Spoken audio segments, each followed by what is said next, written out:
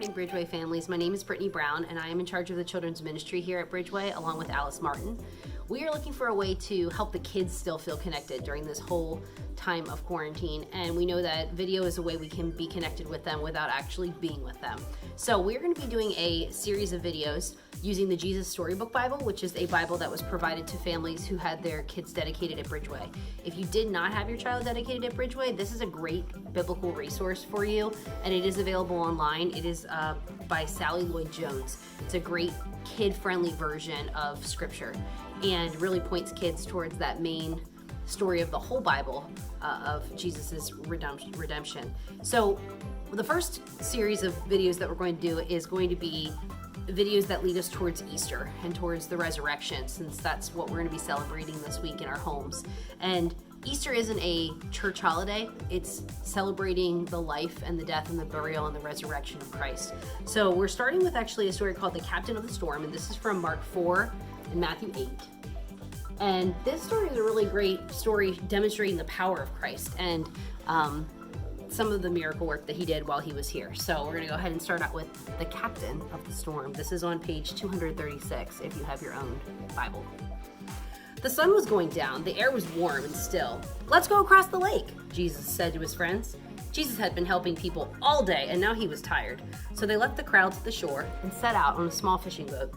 Jesus climbed into the boat to take a nap. As soon as his head touched the pillow, he fell fast asleep. It was a beautiful evening. A gentle breeze rustled the sails. His friends were chatting happily as they headed out into the middle of the lake. Everything was perfect, just right for a nice, quiet sail. They were only about halfway across when, out of nowhere, whirling winds swept across the lake, fierce and strong, like a hurricane. A blinding flash of lightning lit up the sky. Thunder roared right overhead. The storm blew the water into towering waves that hurled the boat up, up, up, and then sent it hurtling, crashing back down, down, down. See this guy holding on. The fishing boat was blown and buffeted and tossed and turned back and forth, up and down, left and right, and round and round. And in the middle of the storm, Jesus was sleeping. Now, Jesus' friends had been fishermen all their lives, but in all their years of fishing on this lake, they had never once seen a storm like this one. No matter how hard they struggled with their ropes and their sails, they couldn't control their boat. The storm was too big for them. But the storm wasn't too big for Jesus. "Help!" they screamed. "Wake up! Quick, Jesus!" Jesus opened his eyes. "Rescue us! Save us!" they shrieked. "Don't you care?"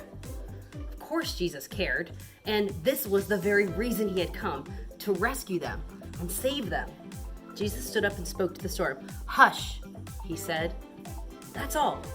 And the strangest thing happened. The wind and the waves recognized Jesus' voice. They had heard it before, of course. It was the same voice that made them in the very beginning. They listened to Jesus, and they did what he said. Immediately, the wind stopped. The water calmed down, glittered innocently in the moonlight, and lapped quietly against the side of the boat, as if nothing had happened. The little boat bobbed gently up and down. There was a deep stillness and a great quiet all around. Then Jesus turned to his wind-torn friends.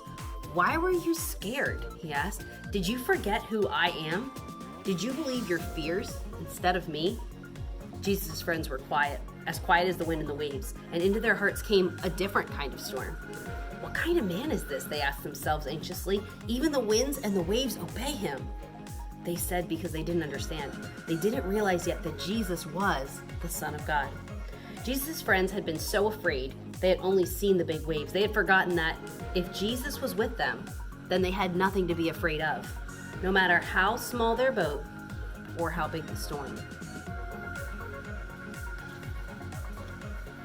Hope you enjoyed our first read aloud, and if you are interested in more, there should be one video per day this week available for you to look at and watch with your kid and have a great discussion with them as we gear up to remember Christ's resurrection.